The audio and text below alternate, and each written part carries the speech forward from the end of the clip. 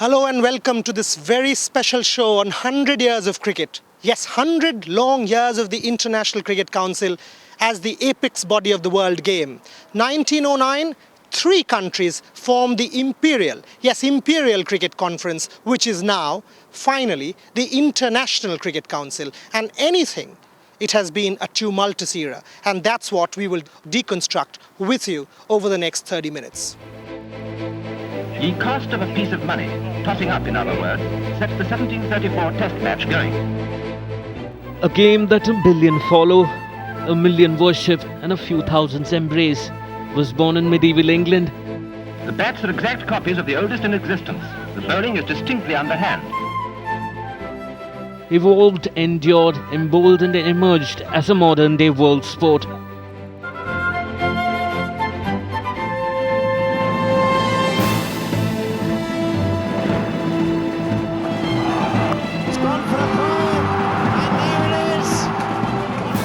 At the stroke of the 20th century, cricket went global with the birth of International Cricket Council. That's it, all the way to the boundary for 4. What a victory for the Sri Lankans. They go for it. And Donald's run out, and Australia are in the final. The match has been tied. And look at that! That's inauguration, and that ball has gone a long way. In the early years of the ICC, the stress was on the Imperial rather than the International. 3 countries, Australia, England and South Africa. Abe Bailey, one of the founding fathers of the ICC, a South African contingency, a contingency of empire.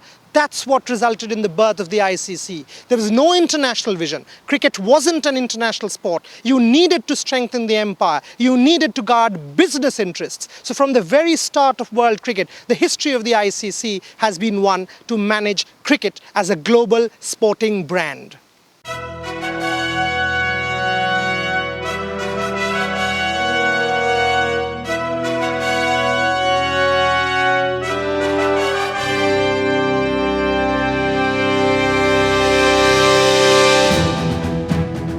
The age of imperial reign saw the 2 powerhouses, England and Australia, battling it out for victory, valor, pride and supremacy.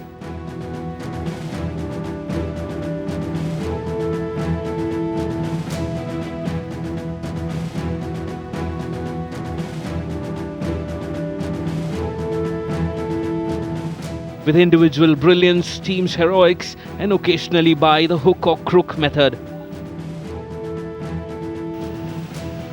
He's out.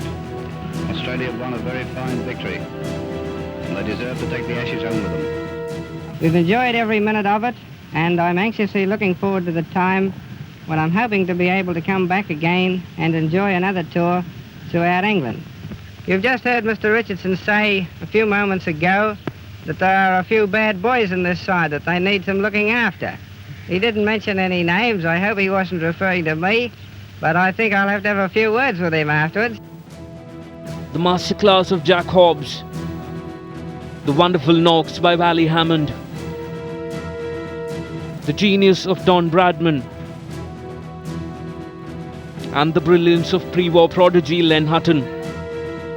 The gentleman's game had its leagues of extraordinary gentlemen. But a shrewd captain named Douglas Jardine, a lethal weapon called Harold Larwood, and an atrocious strategy shook the cricketing world like never before.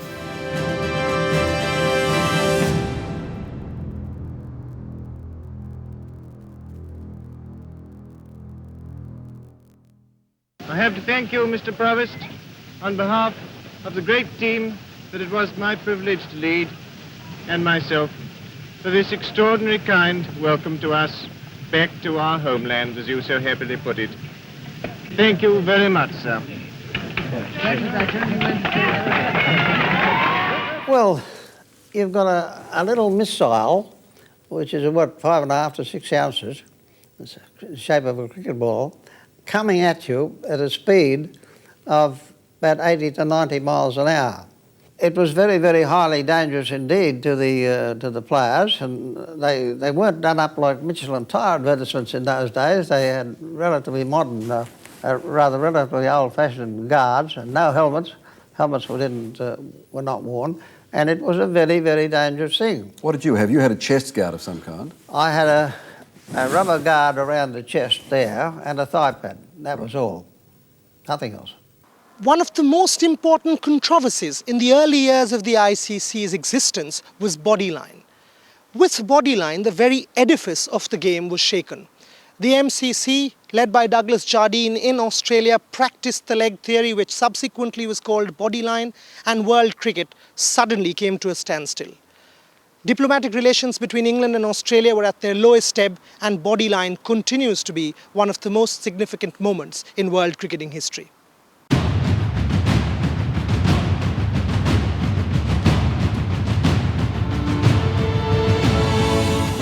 With the two colonial superpowers dominating international cricket, a band of amateurs set their foot on the English soil.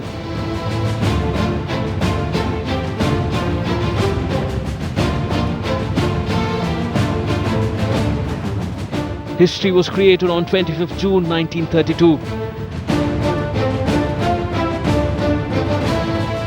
When C.K. Naidu led his side to the Lords.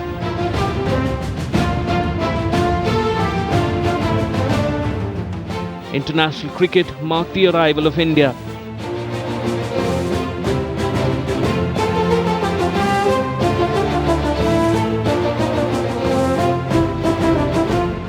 Jardine's men had a cakewalk against the new kids on the block, but the Indians proved a point.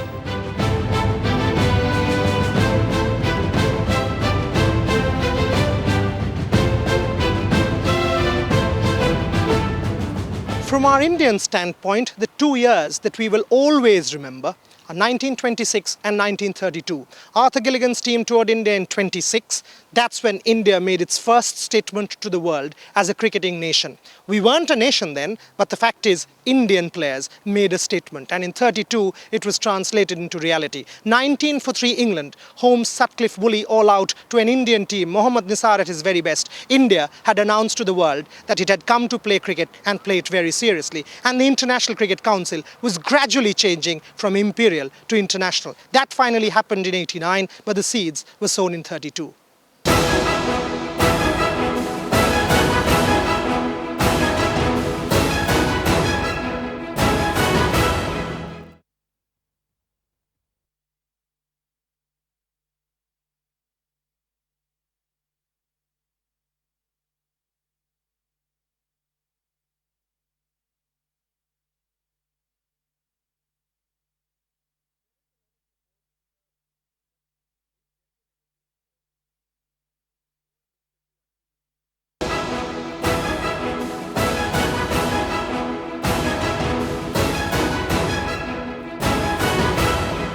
Three most important developments that sustained world cricket in its early modern era. One, the West Indies.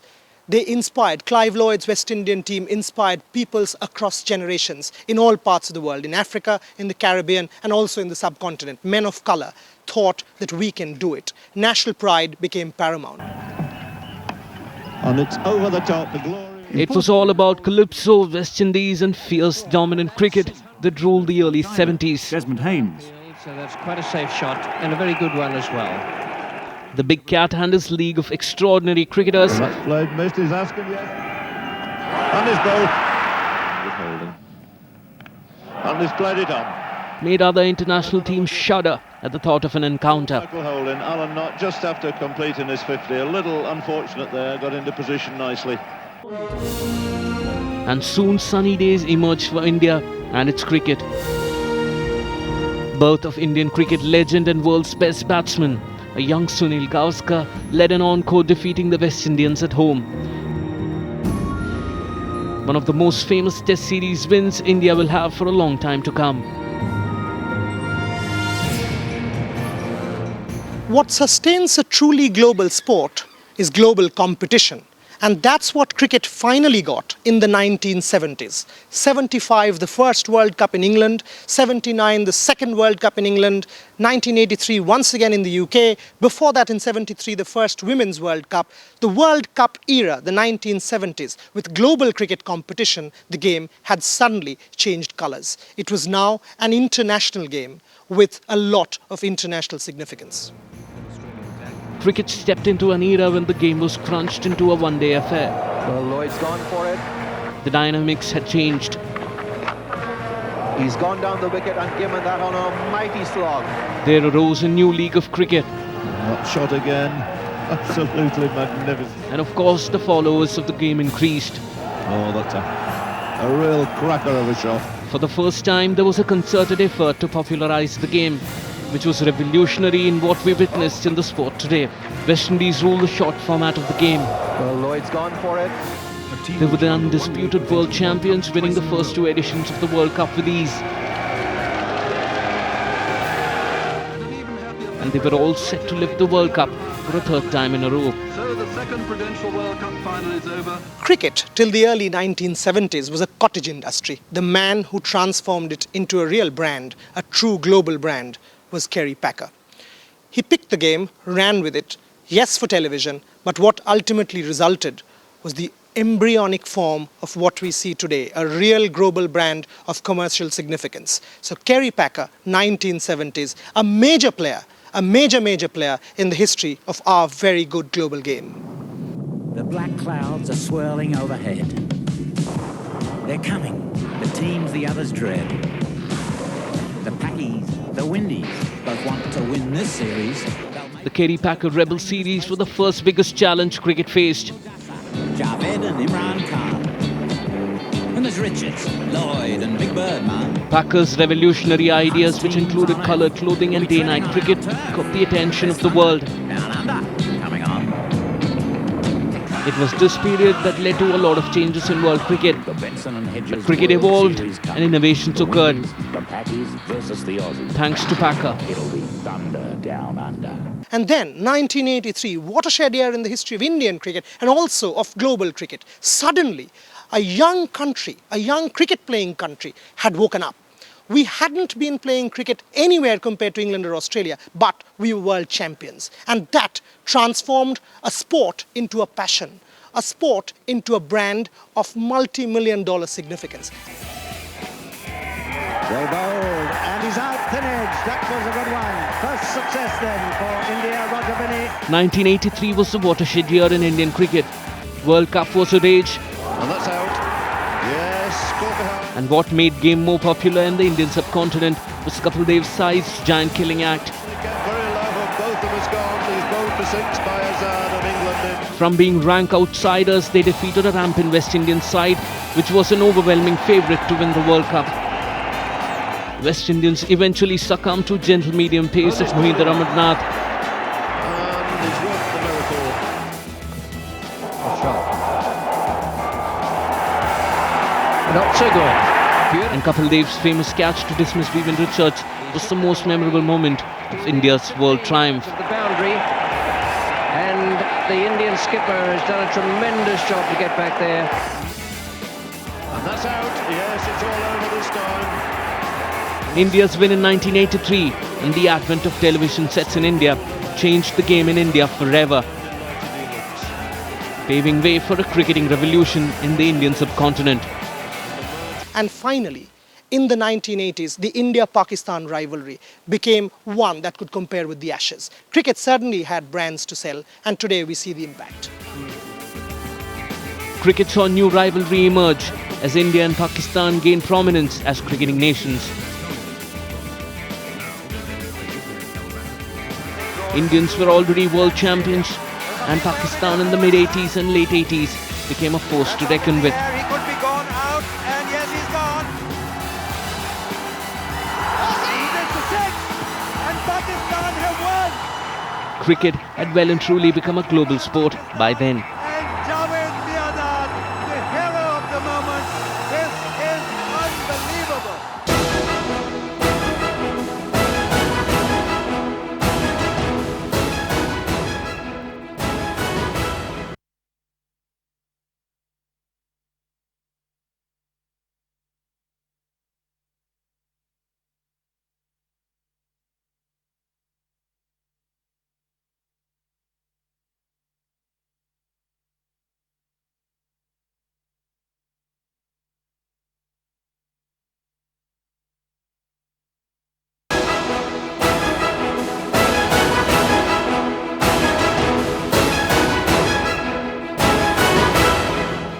The next phase in cricket's transition was the 1990s. West Indies was on a decline. Australia suddenly, 87 World Cup. Surprise victory were on a high. South Africa came back into the international fold. India became the hub of the global cricket economy, and it was a sport that was buzzing. The 1990s saw a gigantic change in the history of cricket.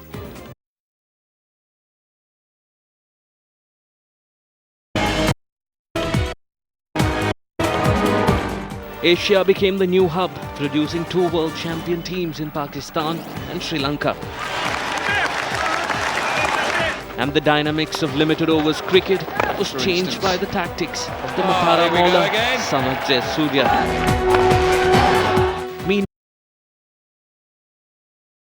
New super no crown. And the Aussies extended their domination to one-day cricket as well. That is a beauty. The 90s also witnessed India unleash a formidable batting middle order. The Prince of Kolkata made Lord's his home. And at the Mecca of cricket, the foundations of the Indian wall was laid. However, it was the master blaster who ruled over bowlers, giving them nightmares in the decade.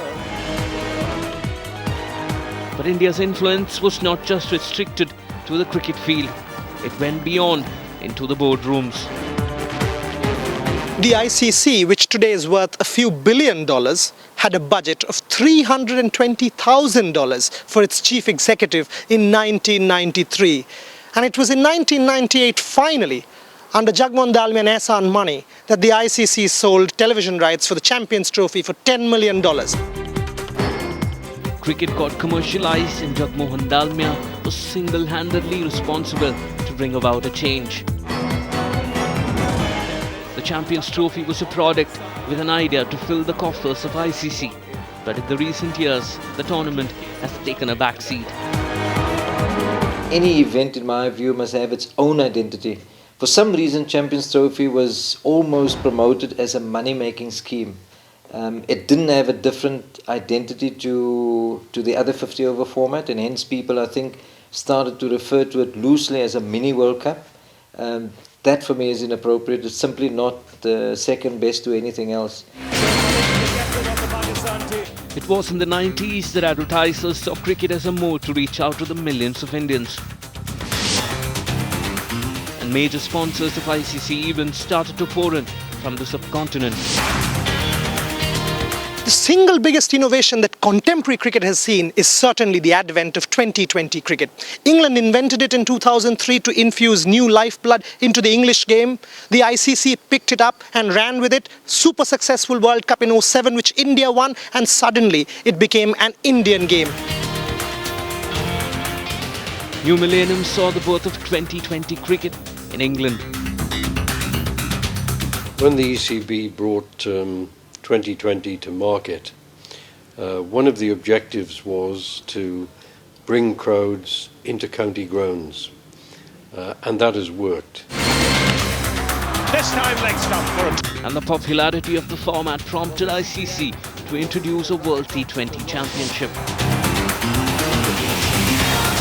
India's win in the inaugural edition brought the nation to a standstill. And it was a moment in cricketing history that opened up new avenues for administrators. The Indian Premier League was born, and the power and lure of 2020 cricket was unleashed. Fans embraced the shortest version of the game, and even the players started taking an extra liking to the format. It has distracted a lot of youngsters, and also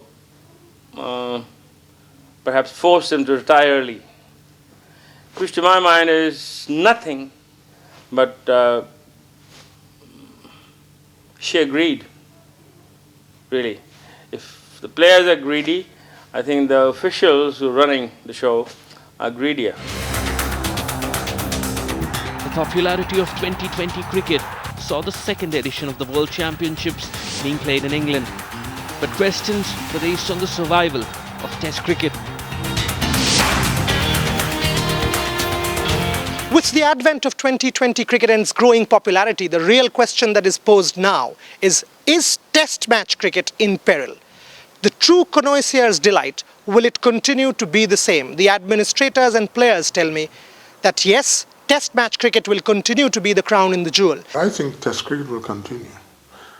If it is, then we wouldn't have the amount of people watching at the moment.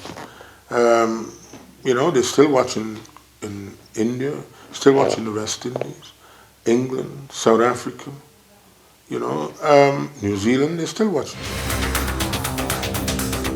England were to host Australia for the Battle of the Urn in just about 2 weeks from the ICC T20 World Championships, and to the much amusement of the critics,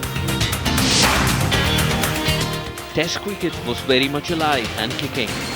For cricketers and administrators, the longest version still remains the ultimate format in the game.